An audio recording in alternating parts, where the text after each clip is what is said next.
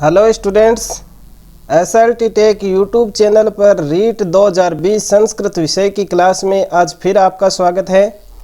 Students, आज हम संधि प्रकरण के भाग प्रथम में संधि की परिभाषा, उसके भेद तथा स्वर संधि के भेदों में से दीर्घ संधि, गुण संधि और यण संधि पर चर्चा करेंगे। तो स्टूडेंट्स, यदि आपने अभी तक SLT टेक यूट्यूब चैनल को सब्सक्राइब नहीं किया है तो वीडियो के नीचे दिखाई दे रहे लाल अक्षर के सब्सक्राइब बटन पर क्लिक कर सब्सक्राइब कर लें तथा नोटिफिकेशन के ऑल बटन को भी प्रेस कर लें ताकि भविष्य में अपलोड होने वाले वीडियो का नोटिफिकेशन आपको तुरंत प्राप्त हो जाए। यह सब बिल्कुल फ्री है। तो चलिए शुरू करते हैं आज का वीडियो।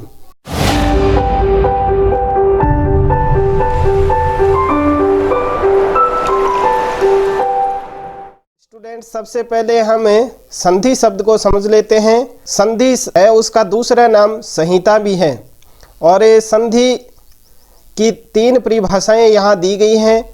पहली परिभाषा है परः सन्निकर्षः संहिता। परः सन्निकर्षः संहिता वर्णानां मेलनम संधि लोपागम आदेश वर्ण विकार व संधि। परः सन्निकर्षः संहिता, जैसे इसके नीचे एक उदाहरण दे रखा है, विद्या प्लस आलय। यहाँ विद्या में आ है और आलय में आ है। इन दोनों को पास पास लाना ही क्या कहलाता है? सन्निकर्ष कहलाता है। और इन दोनों को मिला करके हम एक आ कर देते हैं, यानी दोनों मिलकर के एक आ के रूप में बदल जाते हैं। इसी को हम संहिता या संधि कहते हैं। वर्णानाम मेलनम, इसी तरह से वर्ण जो आ और आ वर्ण है उन दोनों को मिला दिया गया, वही संधि है। अब संधि करते समय हमें कुछ अक्षरों का लोप भी करना पड़ता है, तो यह हो गया लोप। कुछ अक्षर हमें लाने भी पड़ते हैं, किसी सूत्र के द्वारा आगम भी होता है उनका, और कुछ को हटा करके उसकी जगह दूसरा भी कर दिया जाता है। जैसे ये विसर्ग संधि है, ये लोप और आगम वाला है, वो हमें आगे जब संधियां करेंगे, जैसे यदि प्लस अपि एक उदाहरण है। इसमें यदि में से ई को निकालेंगे और ई की जगह क्या कर देंगे, हम ये कर देंगे। जब यण संधि पढ़ेंगे उस समय देखेंगे तो यहाँ ई को हटा करके ये कर दिया गया, ये आदेश हो गया। यानी किसी को हटा करके उसकी जगह दूसरा आना वो आदेश कहलाता है। और वर्ण विकार, यानी जैसे दो वर्णों को मिलान करने से उसमें कुछ बदलाव आ जाए, वो वर्ण विकार कहलाता है।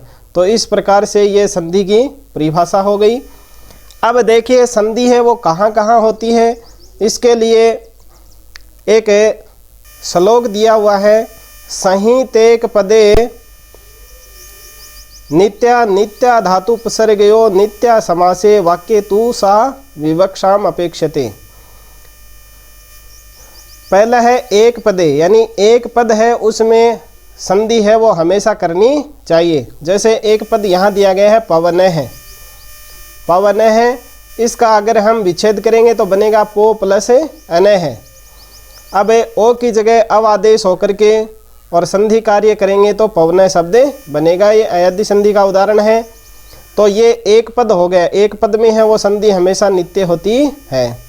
उसके बाद में धातु और उपसर्ग के कार्य में भी संधि होती है।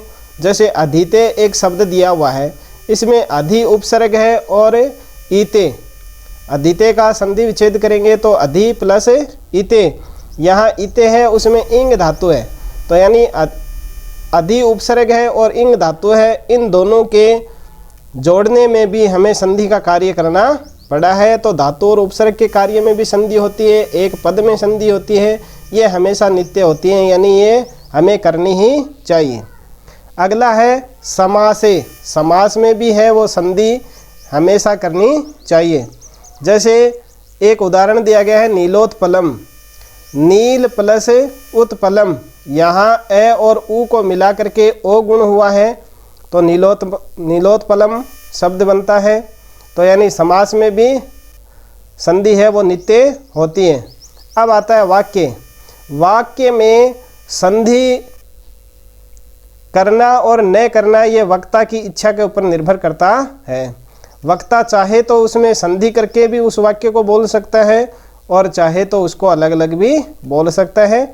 तो यानी ये क्वेश्चन है वो कई बार एग्जाम में आ जाता है कि संधि कार्य है वो नित्य कहाँ नहीं होता है, तो उसमें वाक्य में संधि कार्य है वो नित्य नहीं होता है, वहाँ वक्ता की इच्छा पर निर्भर करता है कि वह संधि कार्य करे या न करे। तो इसको ध्यान में रखना है। अब देखिए संधि के भेद। संधि है वो कितने प्रकार की होती है, तो संधि के विषय में कहा गया कि पंच संधि प्रकरणम। यह व्याकरण सिद्धांत कौमुदी जो भट्टोजी दीक्षित के द्वारा रचित है और वरदराज द्वारा रचित लघु सिद्धांत कौमुदी है, उसमें भी 5 संधियों का उल्लेख किया गया है। और वो 5 संधियां हैं अच संधि, प्रकृति भाव संधि, हल संधि, विसर्ग संधि और स्वाधि संधि। यदि प्रश्न इस तरह से पूछा जाए कि भट्टोजी दीक्षित की व्याकरण सिद्धांत कौमुदी के अनुसार संधि कितने प्रकार की होती है, तो आपको 5 भेद बताने हैं, पंच भेदाः। और जो अष्टाध्यायी है उसमें संधि है उसके मुख्य 3 भेद बताए गए हैं, अच संधि, हल संधि और विसर्ग संधि। अब जो ऊपर संधि के भेद बताए गए हैं उसमें से जो प्रकृति भाव संधि है उसको अच संधि में शामिल कर दिया गया है, यानी प्रकृति भाव को अलग से संधि न मान करके वो उसको अच संधि में ही शामिल कर दिया गया। अच संधि का ही उपभेद है वो प्रकृति भाव को बना दिया गया। और उसी तरह से जो स्वादि संधि है उसको विसर्ग संधि में शामिल कर लिया गया। अब देखिए अच संधि। अच संधि स्वर संधि को कहते हैं और उसकी परिभाषा है 2 स्वरों का मेल, यानी जब एक स्वर का दूसरे स्वर के साथ में मेल होता है तो वहाँ स्वर संधि होती है और संस्कृत में उसको अच कहते हैं। स्वर संधि है, अच संधि है, उसके अष्टाध्यायी में पाणिनि ने 7 भेद बताए हैं। पहला है स्वर्ण दीर्घ संधि, सवर्ण दीर्घ संधि, गुण संधि, वृद्धि संधि, यण संधि, पूर्व रूप संधि, अयादि संधि और प्ररूप संधि। अब इनको एक बार संक्षेप में हम समझ लेते हैं। सवर्ण दीर्घ संधि है उसके लिए सूत्र है अकः सवर्णे दीर्घ, यानी जब सवर्ण अक्षर का मेल होता है तो उनका दीर्घ हो जाता है। जैसे ए और आ है उसके सामने भी यदि प्लस के बाद में ए और आ है तो उसका ए का दीर्घ रूप आ हो जाएगा संधि करते समय। उसी तरह से ऋस्व ई और दीर्घ ई के बाद में अगर ऋस्व और दीर्घ ई है तो उन दोनों को मिलाकर के भी हमें दीर्घ ई कर देंगे। तो ये होती है सवर्ण दीर्घ संधि। उसके बाद में गुण संधि। गुण संधि में आपको ध्यान में रखना है, कई बार सीधा सीधा प्रश्न ये पूछ लिया जाता है कि गुण संधि विधायक सूत्र कौन सा है। अदेंग गुण है वो संज्ञा सूत्र है और आद गुण है वो संधि विधायक सूत्र है। उसी तरह से आपको वृद्धि संधि में भी ध्यान रखना है। संज्ञा सूत्र, वृद्धि का संज्ञा सूत्र है वृद्धि रादेच और संज्ञा संधि विधायक सूत्र है वृद्धि रेची। वृद्धि रादेच सूत्र से तो वृद्धि संज्ञा होती है और वृद्धि रेची सूत्र से वृद्धि का कार्य होता है। और इको यणची ये यण संधि से संबंधित सूत्र है। इक के स्थान पर यण आदेश होता है अगर कोई असवर्ण स्वर सामने होने पर। और पूर्व रूप संधि है वो होती है एंगे पदांतादति, ये इससे संबंधित सूत्र है। एंगे है यानी ए और औ, और उसके बाद में यदि ए आ रहा है तो पूर्व रूप आदेश हो जाता है और जो ए है उसका अवग्रह चिन्ह के रूप में बदलाव हो जाता है।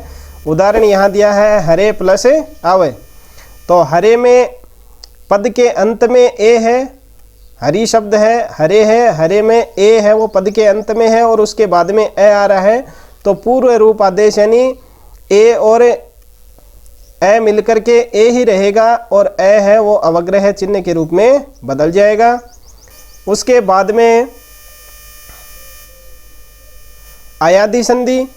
अयादि संधि विधायक सूत्र है एचो अय वायावय।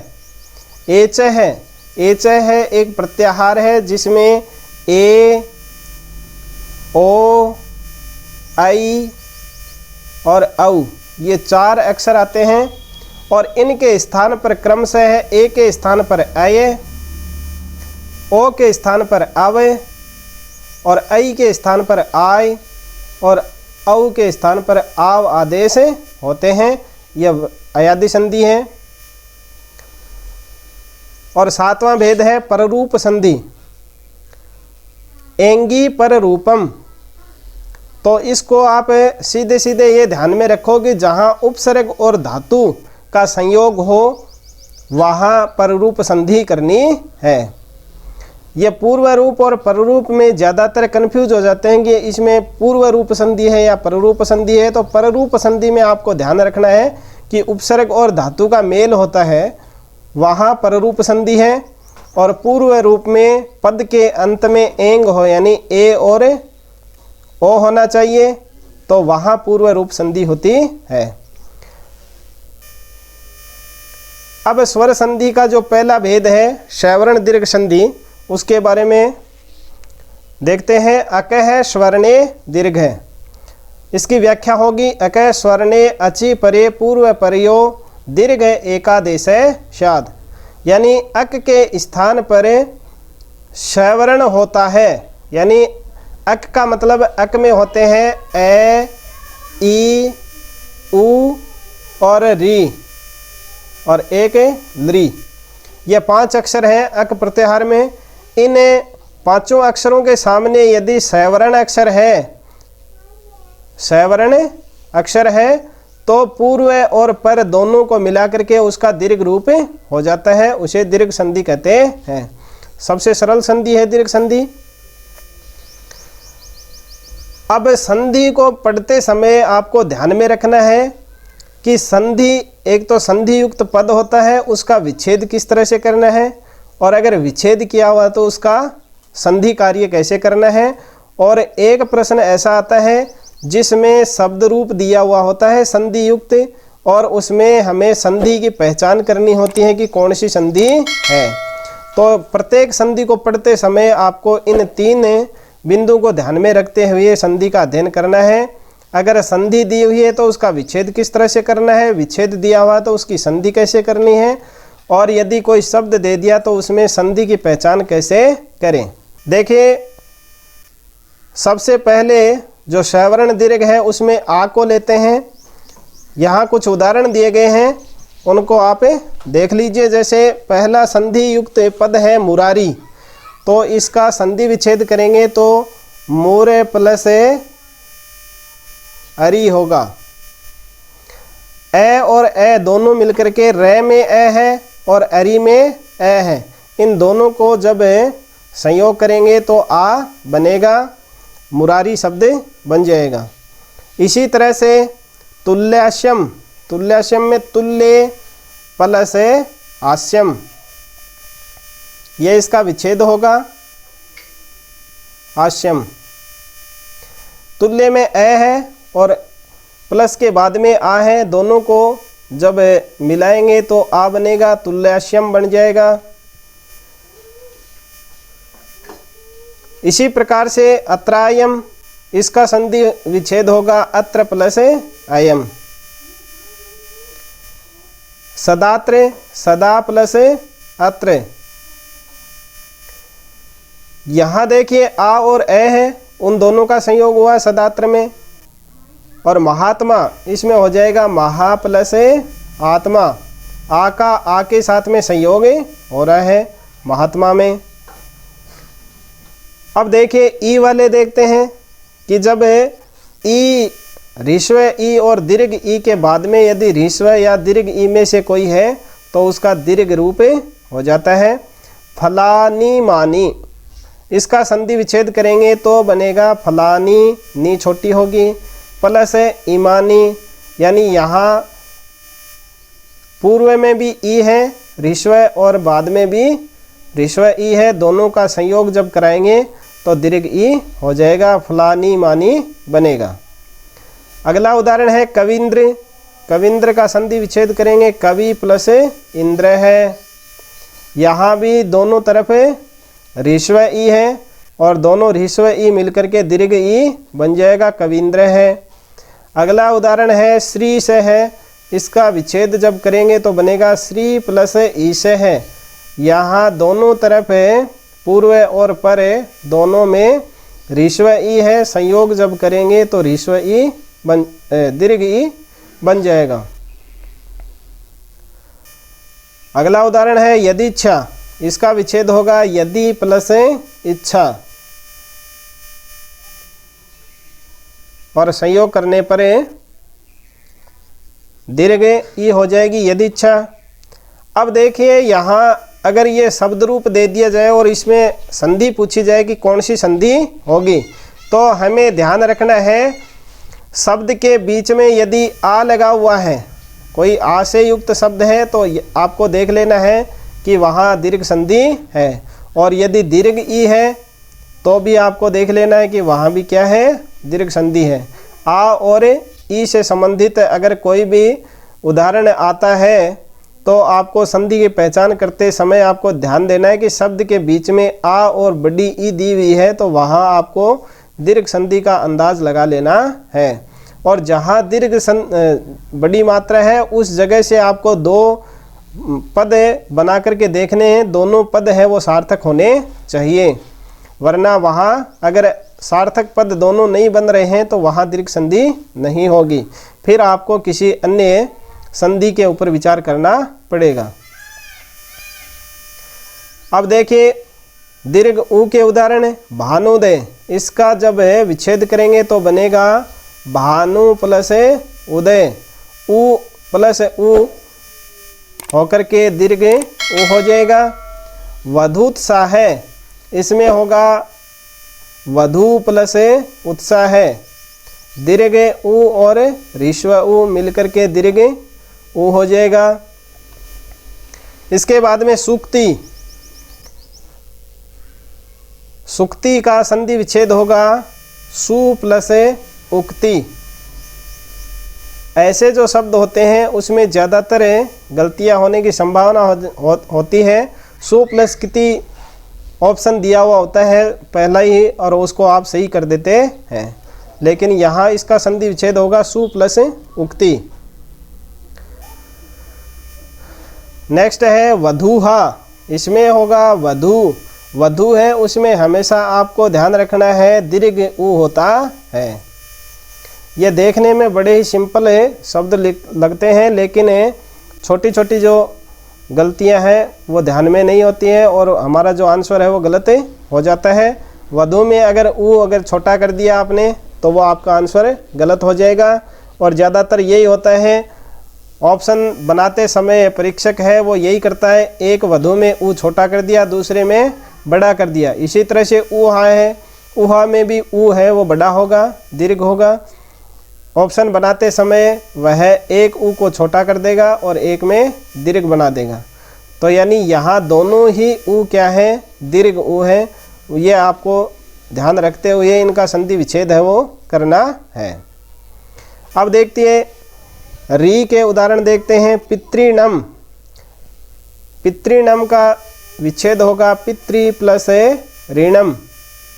यहाँ दोनों तरफ ऋस्व री है और दोनों ऋस्व री मिलकर के दीर्घ री बन जाएंगे और पितृणम बनेगा।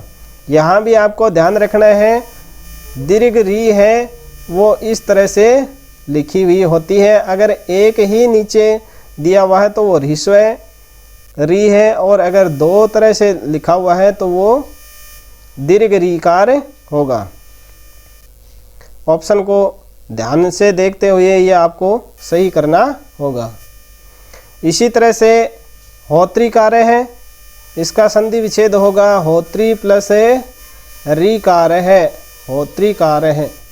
कृत्रिणम, इसका संधि विच्छेद होगा कृत्रि प्लस ऋणम और संधि करेंगे तो शब्द बनेगा कर्तृणम, री दीर्घ। भ्रतृदि, अगला है भ्रतृदि, इसका संधि विच्छेद जब करेंगे तो बनेगा भ्रतृ प्लस रिद्धि, री और री, यहाँ से री को जब निकाल देंगे तो तय है वो हलंत आधा बच जाएगा। री और री दोनों को मिलाएंगे तो दीर्घ री हो जाएगा और ये धी है वो ज्यों का त्यों आ जाएगा। भ्रतृधि। अब कई बार ऑप्शन में क्या होता है कि धी है उसके ऊपर रे और दे दिया जाता है, जिसमें आप कंफ्यूज हो जाते हैं और आप इसको सही आंसर मान लेते हैं। तो ऐसे जो शब्द हैं इनको आपको अच्छी तरह से ध्यान में रखना है। यहाँ उ और री वालों की पहचान करते समय आपको ध्यान में रखना है कि शब्द के बीच में यदि दीर्घ उ है तो वहाँ आपको दीर्घ संधि देख लेनी है, और यदि बीच में शब्द के बीच में यदि दीर्घ री दी हुई है तो वहाँ भी आपको दीर्घ संधि मानते हुए आंसर को सही करना है। अब देखिए एक लृ का है, यहाँ लृ प्लस लृ की जब संधि की जाएगी तो लृ ही होगा, क्योंकि मैंने पिछले वीडियो में आपको बताया था, क्वेश्चन भी आया था कि लृ है उसमें किसका अभाव होता है। लृकारो कस्य अभावो वर्तते, एक क्वेश्चन था कि लृकार में किसका अभाव होता है। तो लृकार है वो ह्रस्व होता है और प्लुत होता है, उसमें दीर्घ का अभाव होता है कि यानी लृ है वो दीर्घ नहीं होती है। तो आपको लृ प्लस लृ करके लृ है वो दीर्घ नहीं करनी है, यानी ये लृ है वो ह्रस्व ही होती है, दीर्घ लृ नहीं होती है। जैसे लृ प्लस लृकार है, लृ और लृ दोनों जुड़ करके एक लृ बचेगी, यानी एक का लोप हो जाएगा और लृकार है शब्द बनेगा। इसी तरह से विष लृ प्लस लृकार है, संधि करेंगे तो विष लृकार बनेगा। इसी तरह से गम लृ लृ प्लस लृकार है और इसका संधि करेंगे तो बनेगा गम लृकार है। इसी तरह से लृ प्लस लृ वर्ण है, संधि करेंगे बनेगा लृ वर्ण है। तो ये थी दीर्घ संधि। पहचान आपको ध्यान में रखनी है, यदि शब्द के बीच में दीर्घ आ, दीर्घ ई, दीर्घ उ और दीर्घ री दिखाई दे तो वहाँ आपको दीर्घ संधि कर देनी है। इसके बाद में देखिए गुण संधि। गुण संधि का संज्ञा सूत्र होगा अदेंग गुण है। अदेंग का अगर आप संधि विच्छेद करेंगे तो बनेगा अत प्लस एंग। अत से मतलब है ए, और ए में ए और आ ह्रस्व और दीर्घ दोनों आते हैं, और एंग से मतलब ए और औ इनकी गुण संज्ञा होती है। ए ओ इनकी गुण संज्ञा होती है, और गुण संज्ञा विधायक सूत्र है वह है आद गुण है। आद गुण सूत्र से गुण संधि होती है।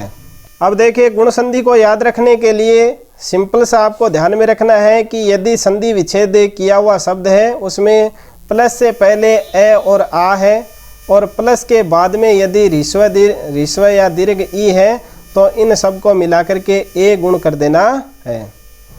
और यदि ए या आ के बाद में ह्रस्व उ और दीर्घ उ है तो इनको जोड़ करके आपको ओ कर देना है, ओ गुण कर देना है।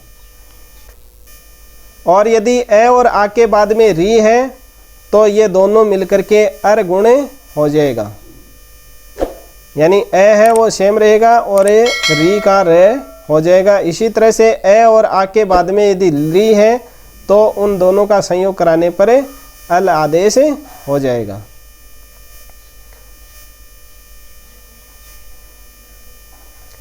अब देखिए एक के उदाहरण देख लेते हैं। ए गुण के नेति, नेति दिया है, अगर इसका विच्छेद आपको करना है तो बनेगा ने प्लस एति। यहाँ देखिए न में ए है और एति में ए है, इन दोनों का जब संयोग कराएंगे तो नेति शब्द बनेगा। दूसरा शब्द है लोकेश है, इसका विच्छेद होगा लोक है प्लस ईश है। लोक प्लस ईश है, यहाँ लोक में ए है और ईसे में ई है, दोनों का जब दोनों की संधि करेंगे तो बनेगा ए और लोकेश शब्द बनेगा। इसी तरह से यथेच्छम, इसका संधि विच्छेद होगा यथा प्लस इच्छम, आ और ए दोनों मिलकर के ए गुण हो जाएगा। इसी तरह से उपेंद्र है, उप प्लस इंद्र है, ए और ई मिलकर के ए गुण होगा। विधेहा, यहाँ बनेगा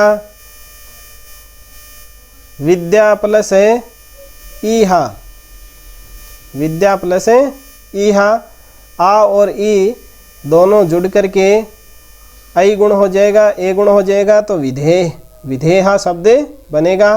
के है, यहाँ बनेगा का प्लस ई है, का प्लस ई है, के है शब्द बन जाएगा। तो इस तरह से कुछ अलग शब्द हैं, उनको आपको ध्यान में रखना है और उनका संधि विच्छेद करते समय आपको अच्छी तरह से ध्यान में रखते हुए करना है। अगला है ओ गुण के उदाहरण। सूर्योदय, सूर्य प्लस उदय, सूर्योदय का संधि विच्छेद होगा सूर्य प्लस उदय, यहाँ ए और उ मिलकर के ओ गुण हो जाएगा। इसी तरह से पादों ने, तो पादे प्लस ऊने, ऊ बड़ा होगा, ए और ऊ मिलकर के ओ गुण हो जाएगा। तवोती, तव प्लस ऊती, तव प्लस ऊती दीर्घ ऊ होगा और संधि करेंगे तो बनेगा तवोती। गंगोदकम, गंगा प्लस उदकम, गंगोदकम बनेगा। इसी तरह से सर्वोत्तम है, सर्वोत्तम में सर्व प्लस उत्तम है, सर्वोत्तम है। महोदय है, महा प्लस उदय, महोदय है। तो इस तरह से आपको ज़्यादा से ज़्यादा उदाहरण हैं उनका अभ्यास करना है, क्योंकि संधि से संबंधित जो भी प्रश्न आते हैं उनमें या तो संधि किया हुआ शब्द होता है, उसका विच्छेद करना होता है, और जो विच्छेद किया हुआ है उसकी संधि करनी होती है, या फिर कोई शब्द दे दिया जाता है और उसमें आपको संधि की पहचान करनी है कि कौन सी संधि होती है, और या फिर संधि का नाम दे दिया जाता है और नीचे कुछ उदाहरण दे दिए जाते हैं और उनमें पूछा जाता है कि इस संधि का निम्न में से कौन सा उदाहरण नहीं है, यानी 3 अलग दे दिए और एक उसमें उस संधि का उदाहरण दे दिया जाता है, या फिर ऐसे दे दिया जाता है कि इस संधि का उदाहरण कौन सा है, कौन सा नहीं है, कौन सा है, यानी 3 अलग दे देंगे, एक संधि का दे दिया, और कौन सा नहीं है इसमें 3 है वो उस संधि के उदाहरण होंगे, चौथा है वो किसी और संधि का उदाहरण होगा। तो इस तरह के 4 तरह के क्वेश्चन है वो संधि के प्रकरण से बनते हैं, उनमें आपकी परीक्षा में है वो किसी भी टाइप का क्वेश्चन है वो आ सकता है, तो आपको चारों तरह से तैयार रहना है। संधि शब्द है उसमें आपको संधि की पहचान भी करनी आनी चाहिए कि इसमें कौन सी संधि है, और संधि विच्छेद करना आना चाहिए और विच्छेद का संधि करना आना चाहिए। आपको इस तरह से संधि को तैयार करना है। अब देखिए अर गुण के उदाहरण। अर में ब्रह्म ऋषि, तो इसका संधि विच्छेद होगा ब्रह्मा प्लस ऋषि। इनको आपको संयोग कर करके देखना है, ब्रह्मा प्लस ऋषि। तो यहाँ ब्रह्मा में आ और ऋषि में री दोनों को मिला करके ब्रह्म ऋषि शब्द बनेगा। कई बार क्वेश्चन में ब्रह्मार्षि कर दिया जाता है और ध्यान नहीं देने की वजह से हमारा आंसर है वो गलत हो जाता है। वर्षा प्लस ऋतु, यहाँ देखिए आ और री इन दोनों को मिलाएंगे अर गुण होगा, और जब जोड़ेंगे तो बनेगा वर्षर तु। वर्षा में से आ निकल गया, वर्ष बच गया, आ और री को जोड़ करके अर बना, तो ए है वो इस स में मिल जाएगा और रे है वो तू के ऊपर चला जाएगा, वर्षर तु शब्द बनेगा। इसी तरह से सदर्ण, इसका संधि विच्छेद करेंगे तो बनेगा सदा प्लस ऋण है, और जब संधि करेंगे तो बनेगा सदर्ण है। इसी तरह से तथर कार्य है, तो यहाँ बनेगा तथा प्लस रीकार है, संधि विच्छेद होगा। आ और री मिलकर के अरे गुण हो जाएगा और तथर कार्य शब्द बनेगा। उत्तमर्ण है, इसका विच्छेद करेंगे तो बनेगा उत्तम प्लस ऋण है, उत्तम प्लस ऋण है। ए और री मिलकर के अर गुण हो जाएगा, उत्तमर्ण बनेगा। इसी तरह से अधमर्ण भी होता है, अधम प्लस ऋण है।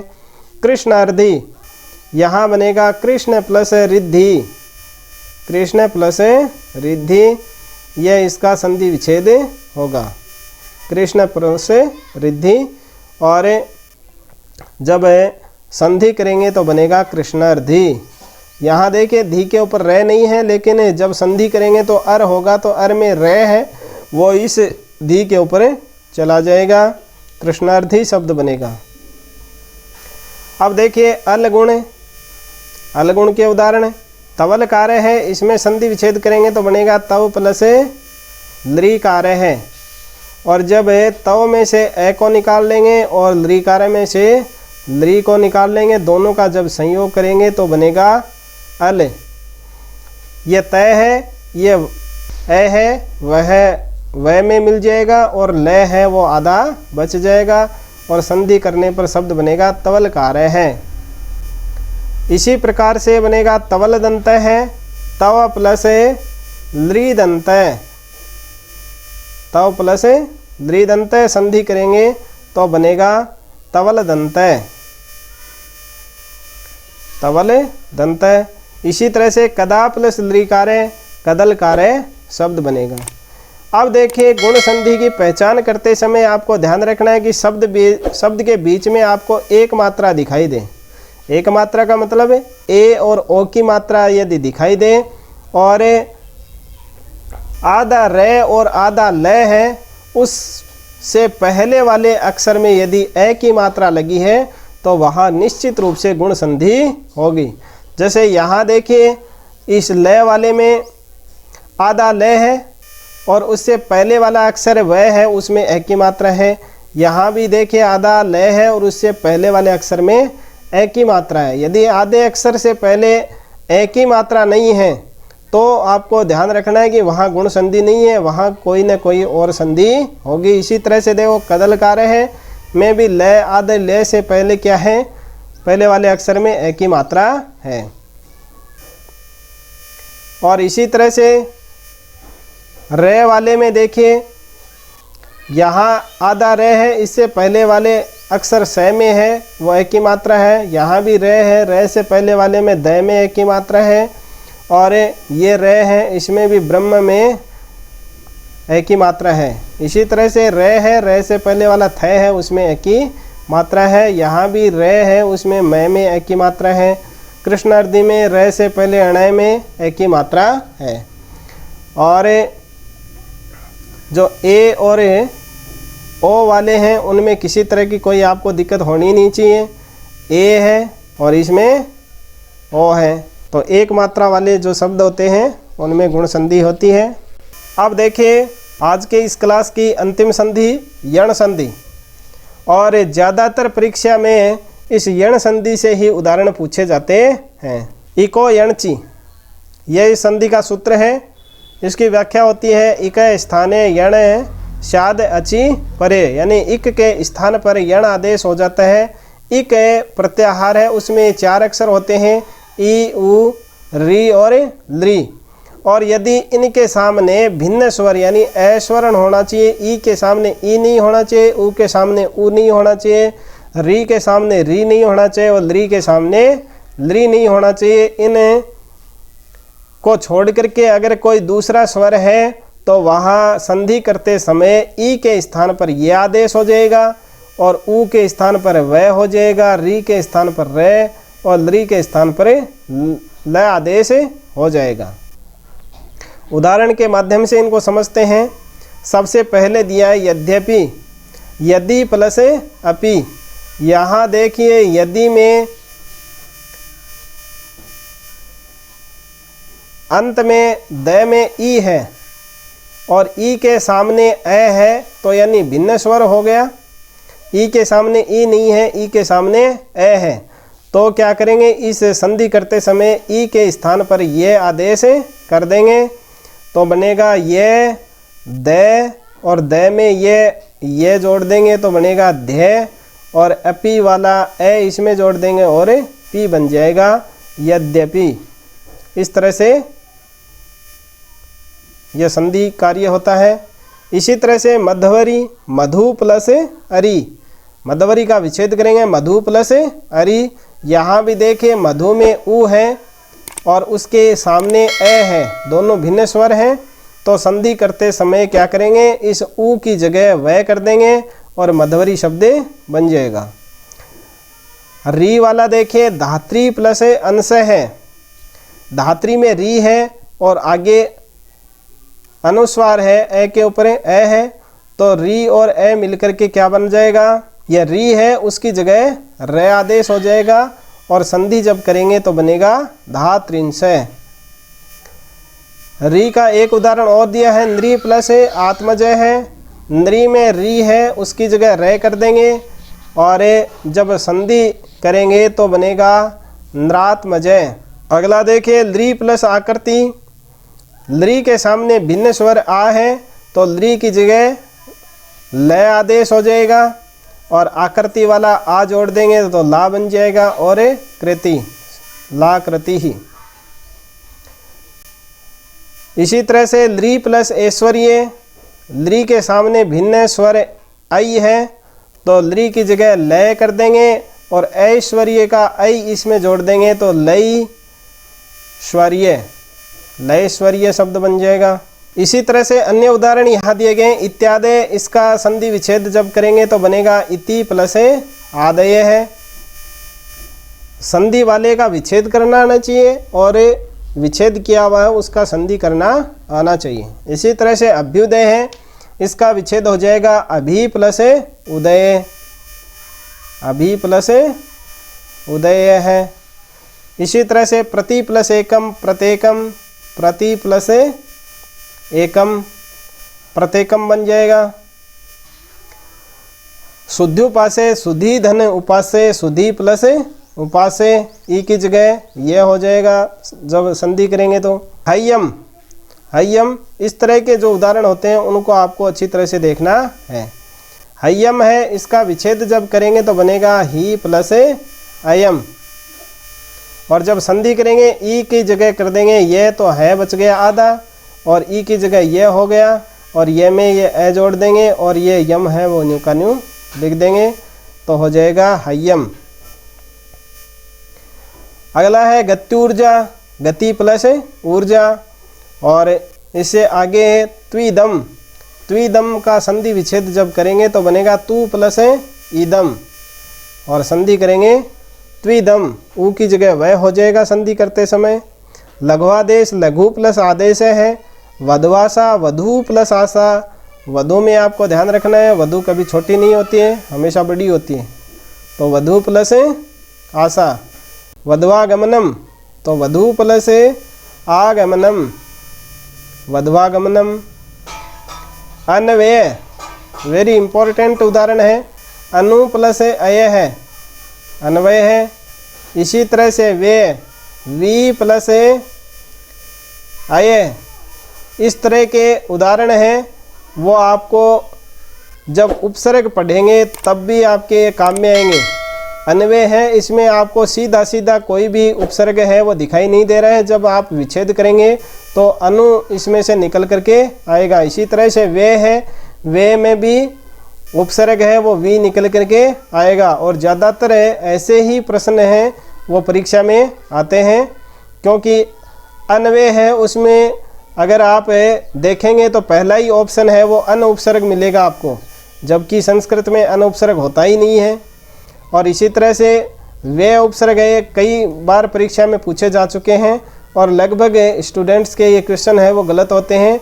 तो अगर आपको संधि का ज्ञान है तो आप को उपसर्ग निकालने में भी सुविधा मिलेगी। तो अनु प्लस अन्वय है उसमें अनु उपसर्ग है, और विच्छेद जब करेंगे तो बनेगा इसका अनु प्लस है। इसी तरह से वे है, वे में वी उपसर्ग है। अगला उदाहरण है पित्राज्ञा, तो इसका विच्छेद जब करेंगे तो बनेगा पितृ प्लस आज्ञा, री की जगह रे हो जाएगा और संधि करेंगे तो बनेगा पित्राज्ञा। इसी तरह से पितृ प्लस अधीनम, पितृ प्लस अधीनम, री की जगह रे हो जाएगा और जब संधि करेंगे तो बनेगा पितृधीनम। इसी तरह से पितृइच्छा, तो पितृ प्लस इच्छा, पितृ प्लस इच्छा, री की जगह रे हो जाएगा और जब संधि करेंगे तो रे है वो आधे तय में मिल जाएगा त्रय, और त्रय में ई की मात्रा लगेगी तो पितृइच्छा ये शब्द बनेगा। अब देखिए यण संधि की पहचान करना कि यण संधि का यदि कोई उदाहरण आ जाए और उसमें संधि की पहचान करनी पड़े तो हम क्या करेंगे, शब्द के बीच में आपको देखना है कि य व रे ल दिखाई दे रहा है क्या। अगर शब्द के बीच में य व रे ल दिखाई दे और इससे पहले वाला अक्षर आधा हो तो वहाँ निश्चित रूप से यण संधि होगी। देखिए उदाहरण में यहाँ देखिए मध्वरी है, मध्वरी में वह दिखाई दे रहा है, वह से पहले वाला अक्षर आधा है तो यहाँ निश्चित रूप से संधि यण संधि हो गई। इसी तरह से यहाँ देखिए गत्यूर्जा, यहाँ यह दिखाई दे रहा है, यह से पहले आधा तय है, गत्यूर्जा हो गया। लघुआदेश वह से पहले आधा घ है।